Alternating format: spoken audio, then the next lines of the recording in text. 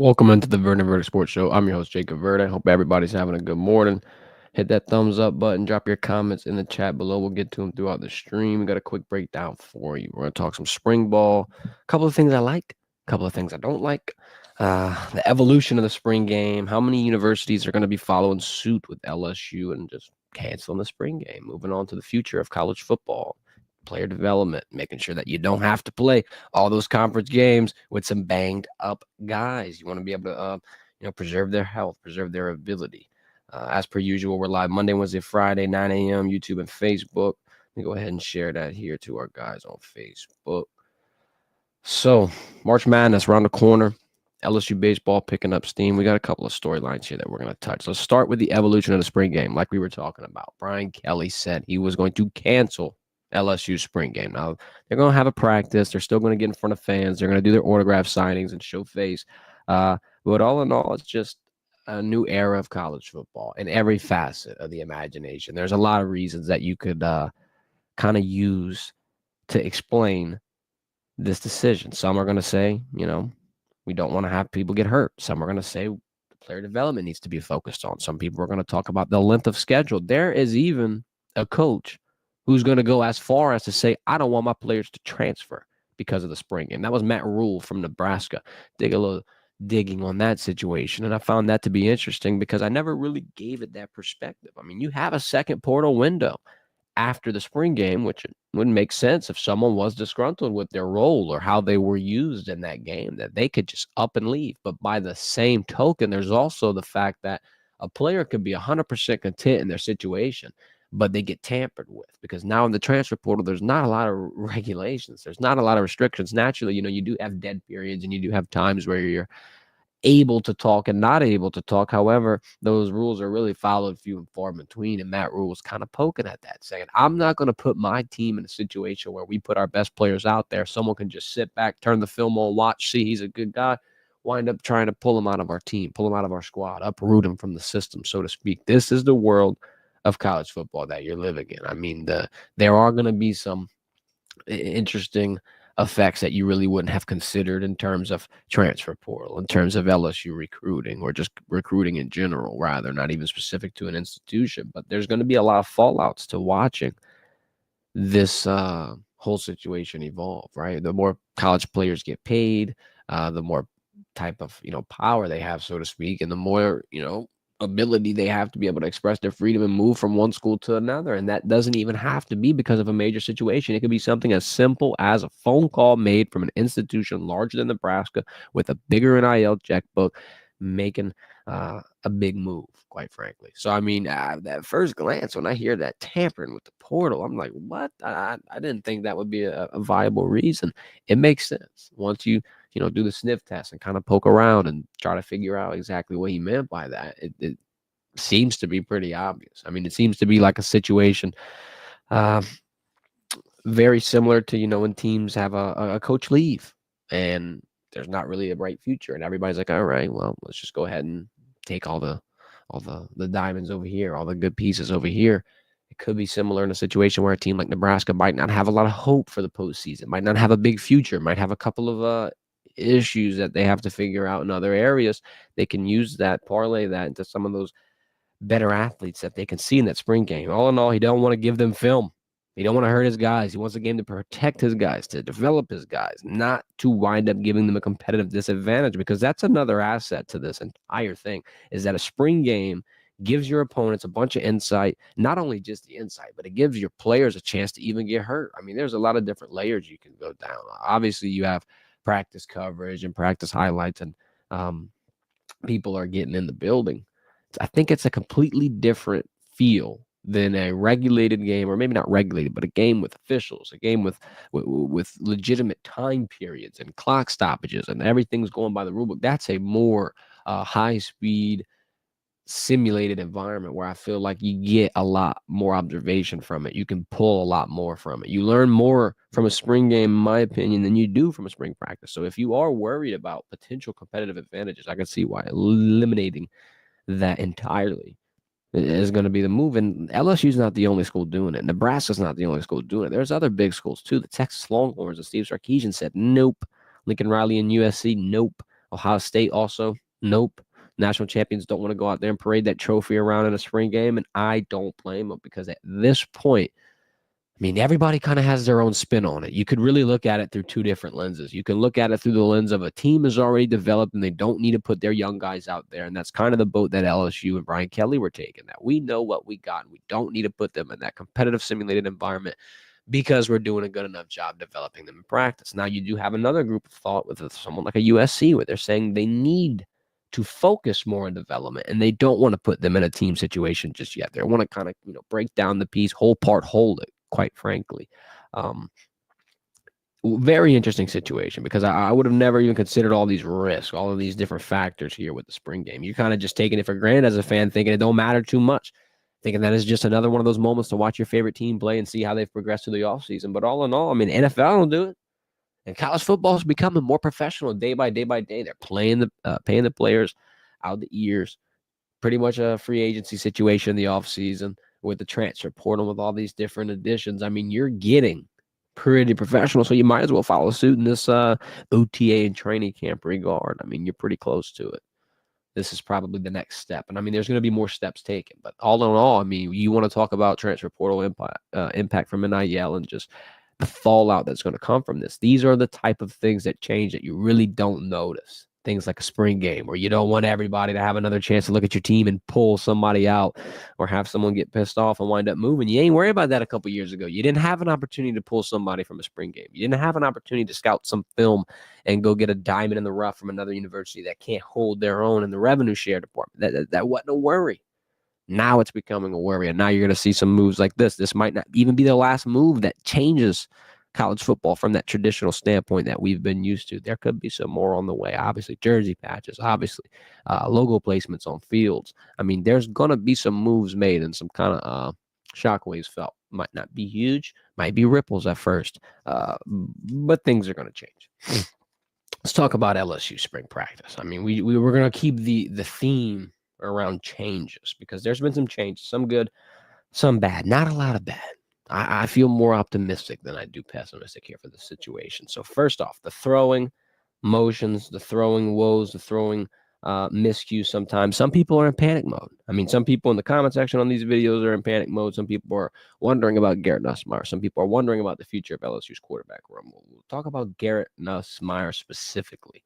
I will just say that I'm sure as a quarterback for a top program in college football, especially in the SEC, you're going to have your fair share of doubters. You're going to have your fair share of people that just don't, I'm not going to say don't like you, but just don't expect what everyone's expecting. He's going to have to get neck deep in the Heisman season for people to really start turning the noise up and giving him his flowers, similar to what Jaden Daniels did. I mean, Jaden Daniels, quite frankly, was put in a very similar situation in terms of the overall vibe around him, if he was going to be able to be a quarterback to be relied on. And I mean, these are two different situations, but let's dial it back to when Jaden Daniels, through his first year starting, had some issues in terms of, should I throw the ball or should I make a run out of the pocket? How do I decipher, is this play blown up or can I try to, make something work, add an extra 5 to 10 yards? A lot of people questioned it. A lot of people questioned his mindset in particular. Is he a quarterback or is he more of a running back? Does he have a quarterback's mind? Is he able to calculate through the pocket and be able to dissect a defense? He obviously answered those questions tenfold. And I'm not saying this is going to be the exact same situation with Garrett Nussmeier, but I'm just saying that the path is still there. The path for Garrett Nussmeier to get that offense tailored around him specifically to his strengths, watching what happened through his first year starting, which, by the way, wasn't a bad season. If you look at it statistically, still threw more than Burrow and Daniels in their first year. That's something that is worth noting because that is a supposedly struggle year for him, or a year that really didn't get enough noise, enough praise. Long story short, I do think Garrett Nussmeier is one of the best quarterbacks in college football. I think he's been very accurate lately. I think he's been on point. Most of the worries you've seen from him in spring have been when the winds are whipping and the rain's coming in, all this bad weather rolling. You know how Louisiana weather gets, bro. It's not one of those situations where I feel like I'm panicking. I'm like, oh my God, Garrett Nussmeier is not accurate. No, I'm not worrying about that. And honestly, the more that they work together and kind of get this creative offense scheme built with guys like Trey'Dez Green, Caden Durham, obviously, Aaron Anderson getting in the mix. There's a lot of other pieces to be held. I'm excited because I think LSU, I think Joe Sloan, this whole overall team, everybody understands what the focus is. Hell, Garrett Nussmeier himself even said it a week ago. We want to play football in January. No more bowl games unless it's a New Year's Eve bowl or some type of huge college football playoff bowl. But we're done with the ReliaQuest, with the baked beans. We done with all that. We ready. No more Tax Slayer bowl. No, we locking in college football playoff. That's the focus. And I think that they're going to be able to get it. When you return this much production, when you return a quarterback like Garrett Nussmeier, the confidence is spewing all over the place. And I mean, maybe the fans don't have it yet. Maybe some of the media doesn't have it yet. But if the team has it and the coaching staff has it, that's all that they need. That's all. You have to lock in the right guys. Not everybody has to be bought in. That all the other extra stuff, that's going to happen later. Like I said, once he's neck deep in the Heisman season, then all the noise and praise and flowers start to get thrown. Right now, lock in. You know, there's even a wild element to the fact that he could 100% have a completely different, impact now that his father's an hour away. Doug Nussmeier, quarterback coach. Now he's going to be offensive coordinator for the Saints. I mean, it's no secret that he's been able to get Garrett Nussmeier into top elite form as a very young prospect. Now you're an hour away from him, able to reach out to him, go see him, potentially even train with him a lot more than you were the past few years. I think all these elements are going to play a big role into it. And then here's the biggest thing. I'm going to parlay this into what I just said as to why I think this is going to be a good year for him. You got big 1-4, Trey'Dez Green, being an absolute unit. I mean, this guy's going to be probably the reception leader. I would guess the touchdown leader. He's a red zone threat. There's nobody in college football that's going to be able to guard this guy one-on-one. Nobody. Find me them if you can, because I'd be thoroughly impressed. It'd be damn near a center build out there on the DB or a linebacker. Trey'Dez Green literally was playing SEC basketball a month ago. Obviously, not for one of the best teams in the country, obviously not for a potential tournament run, but he still was on a damn hardwood scoring points. That's better than a lot of people can say. The athletic ability of this guy's off the charts. Not only is he LSU's really, most creative and unique weapon, he's the damn biggest, 6'7". One of the big words is just going to be the height of the wide receiver. I'm not even going to sit here and draw that anymore because I've been talking about it a lot, and I'm not going to make it seem like it's a major panic. It's not. You do have speed, you do have guys, and you do have Cortez Hankton, who is an absolute dog in developing wide receivers and putting talent out there. So I'm not going to worry about it, especially when you got Trey'Dez Green lining up outside as a tight end. He ain't going to have to go off the line of scrimmage and do a block and release and get fancy and disguise his route. He could literally just run over your head, put his two hands up, and go get a ball that's 7 to 10 feet up in the air. I mean, dude can dunk basketballs. I guarantee you he's going to be able to moss DBs and linebackers all season long. Like I said, reception leader, touchdown leader. I'm going the whole 9 yards. That's a lot of confidence, but I got it. I mean, that's a huge guy, huge asset. And the connection with him and Nussmeier's been growing. The chemistry's been growing. You can't keep throwing touchdowns to this dude in bowl games at the end of the season, in practice, watch him do all these dances and not think, that's my guy. That's my connection. I think that's going to be one of the biggest weapons for LSU going forward. And that's going to be what pushes them into the point where people are considering them a playoff team, where people are considering Nussmeier a top quarterback, a Heisman candidate. I'm thinking they're fitting the bill. Let's talk about the defense, though, because everybody wants to know how are they going to stop other offenses. Our offense has really been maybe last year they skipped a beat, but for the last 3 years, for the greater portion of 3 years, it's been very explosive. It's been one of the best offenses that I could say I've seen in college football. But defense has been a work in progress. That's what we'll say. They have a lot of potential. I ain't going to lie. You got Corey Raymond, who's just absolutely mad adding back there. He's a mad scientist. He's going in. He's doing work. He's in the portal. He's grabbing recruits. He's developing. He's getting diamonds in the rough. And right now, this DB room or the cornerback room in particular, loaded. The future is bright. I ain't going to lie. Let's talk about Michael Turner first. First things first, I'm going to give my guy G credit. G Sports, Nostradamus, whatever you want to call him. He tried to warn y'all. He talked about this December, January. We were right after the bowl game where we were watching people hit the portal. And we were talking about who we need. I was talking about how the Jair Brown departure was going to hurt. He made mention of Michael Turner Jr.'s frame, the praise, and the ability that he's been kind of possessing through practice. Not a lot of people have been praising 021 Mike Turner. G called it out. I had to hit him yesterday. I'm like, man, did you hear what he did in practice? Went up and went get one. Went up and went get a big pick. I mean, it was on Barry and Brown too, and I've got a lot of praise for Barry and Brown. I just talked about Trey'Dez Green being one of our best wideouts. I think Barry and Brown could be another one of those underrated aspects that people are expecting this from and get this. It's another one of those Aaron Anderson situations where he can 100% take his role and exponentially grow it week after week after week after week. It's a speedy guy. He's got a lot of experience, but it didn't phase Michael Turner. Michael went up, grabbed it, tough interception.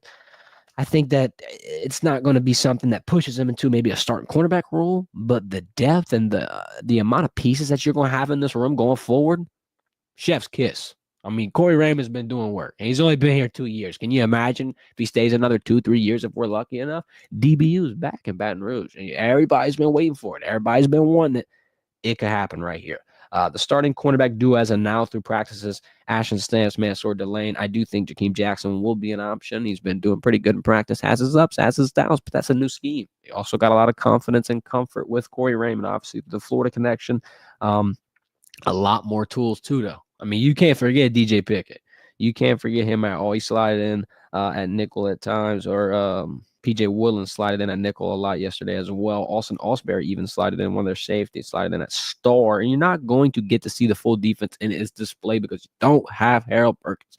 You don't have Whit Weeks. You don't have Jacoby Guillory. But what you do get to see is, like I said, the future. You get to see all these different pieces get onto the same scheme. And quite frankly, these are going to be the guys that are playing together. Dominic McKinley, Ahmad Bro, Deshaun Spears, DJ Pickett, PJ Woodland. This is the future of your LSU defense, and it's bright. I think they're going to be able to make a lot of noise. Not to mention the fact that you got Michael Turner, you got Aiden Anden coming in a few months.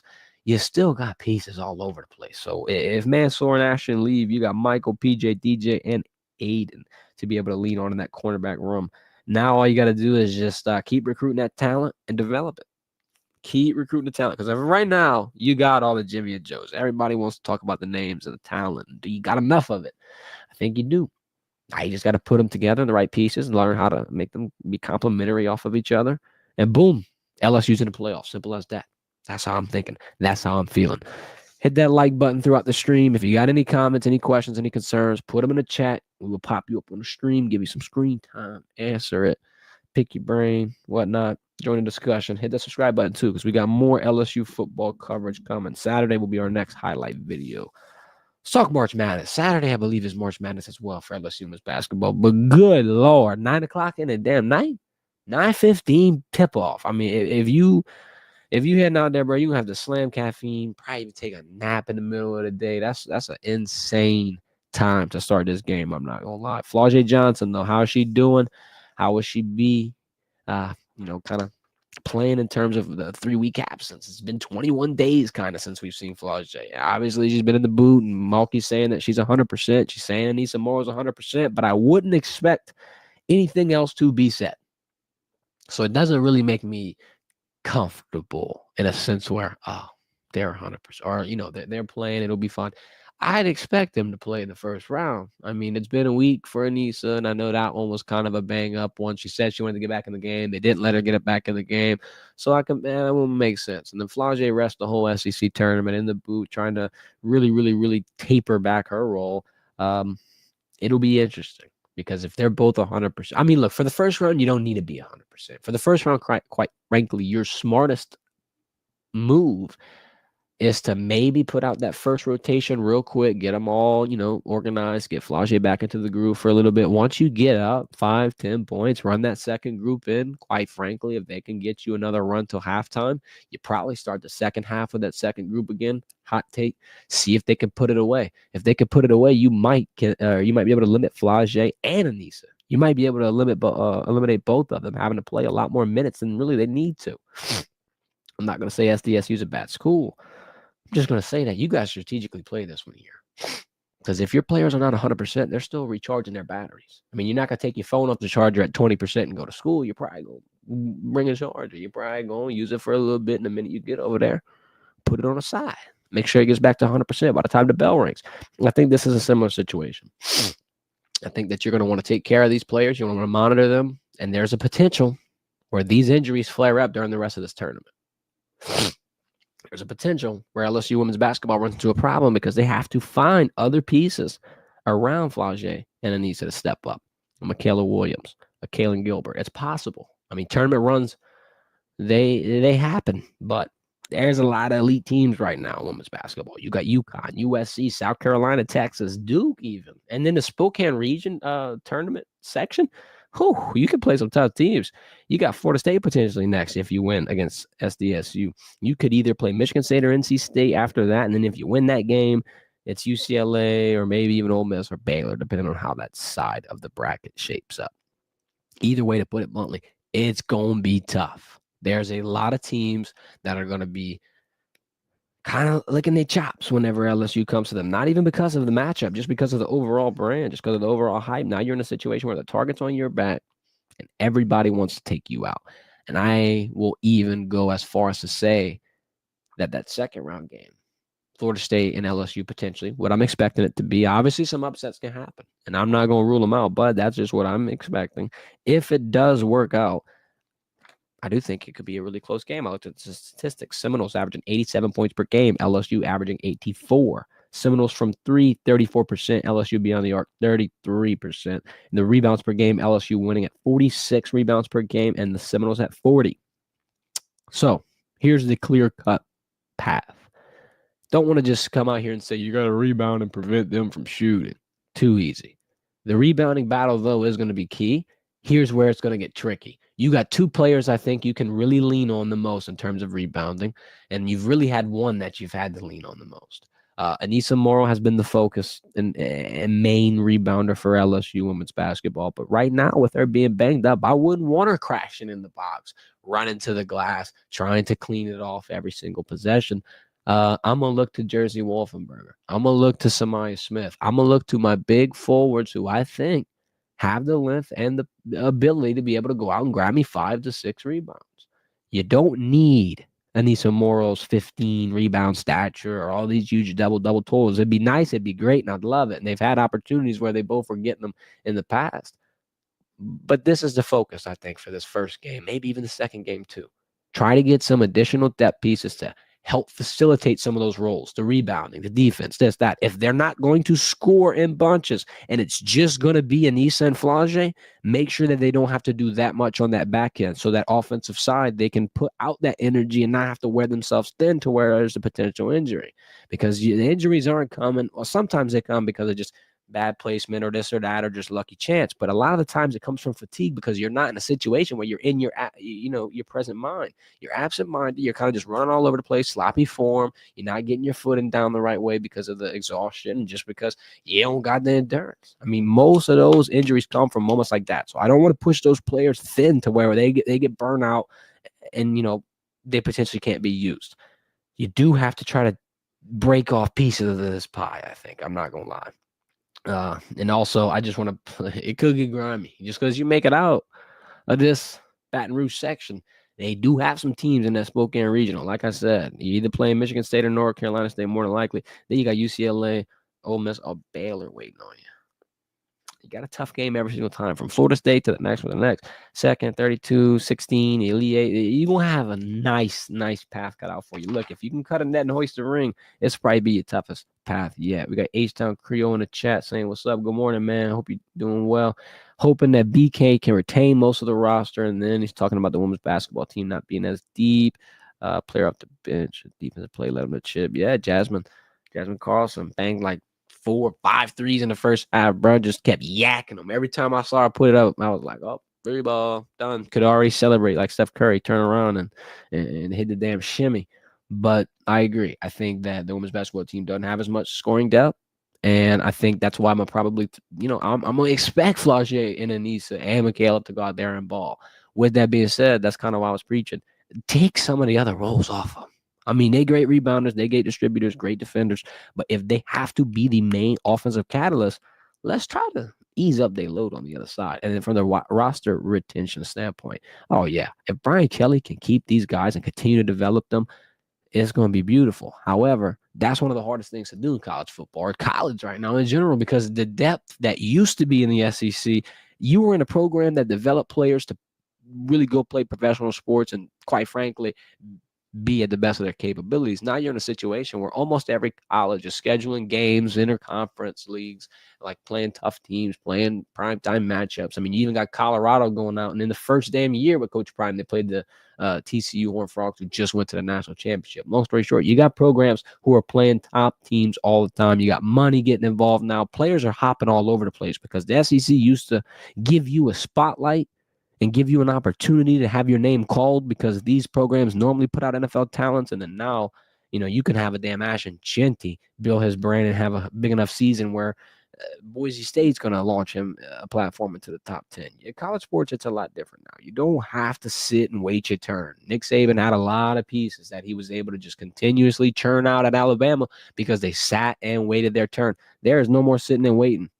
No more H-Town Creole. It's just straight bags. It's just straight Brinks truck. You ain't playing in a year, cool. I'm going to get $10 million and I'm going to play. Don't necessarily agree with it, but that's going to be one of the toughest things to fight.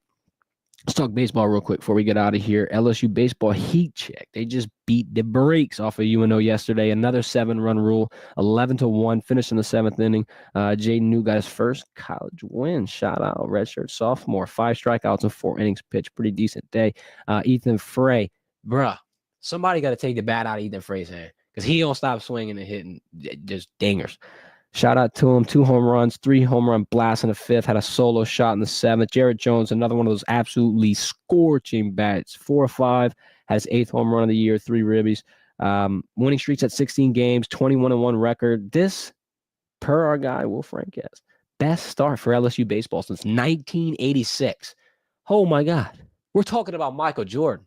We're talking about rookie year Michael Jordan. We're talking about young, prime, GOAT, MJ. This is how long ago. This is insane. The 80s. LSU baseball is as hot as they've ever been since the 80s, ladies and gentlemen. They're set to begin a 3-game SEC series against Texas coming up here shortly. Texas is fresh off a loss. They just lost to UTSA. And I know it's not the biggest, opportunity. It's not the biggest moment to go in and seize. But I think that this is the point where LSU gets to show they're the real number one. I saw D1 baseball giving it to Tennessee, and Tennessee baseball's number one. But guess what happened to Tennessee last night? I know everybody saw a 10-inning game, taking the L. ETSU coming in, 7-6 victory. Tennessee baseball ain't the number one baseball team in the country, folks. It's LSU. It's LSU by a mile. That makes that Tennessee series that much sweeter. I ain't gonna lie. I think LSU has they got the reticle on them. I ain't gonna lie, to say the least. I think this is a big season, and I'm gonna go ahead and hit the damn Omaha panic alarm right now. Right now. LSU baseball, 100% College World Series bound. This is one of the best teams I've seen Jay Johnson play with ever. Not at LSU, ever. Period. Done. We'll be live Friday at 9 a.m. Appreciate everybody for tuning in. Appreciate all the recent support on the spring highlights, all the live streams, all the social clips. It means the world. Please hit the subscribe button. Turn them notifications on. Every time we post, we'll send you a little note. Make sure you come in, get informed, get the content. Stay up to date with the latest LSU information. We will be back at practice on Saturday. I'll be in the building at the football ops on Friday for some coaches clinic content. Might have a couple of videos putting out for you, but highlight video will be Saturday, live stream Friday. As per usual, hit that thumbs up before you hop out of here. Y'all have a great day. This has been the Verdant Verdict.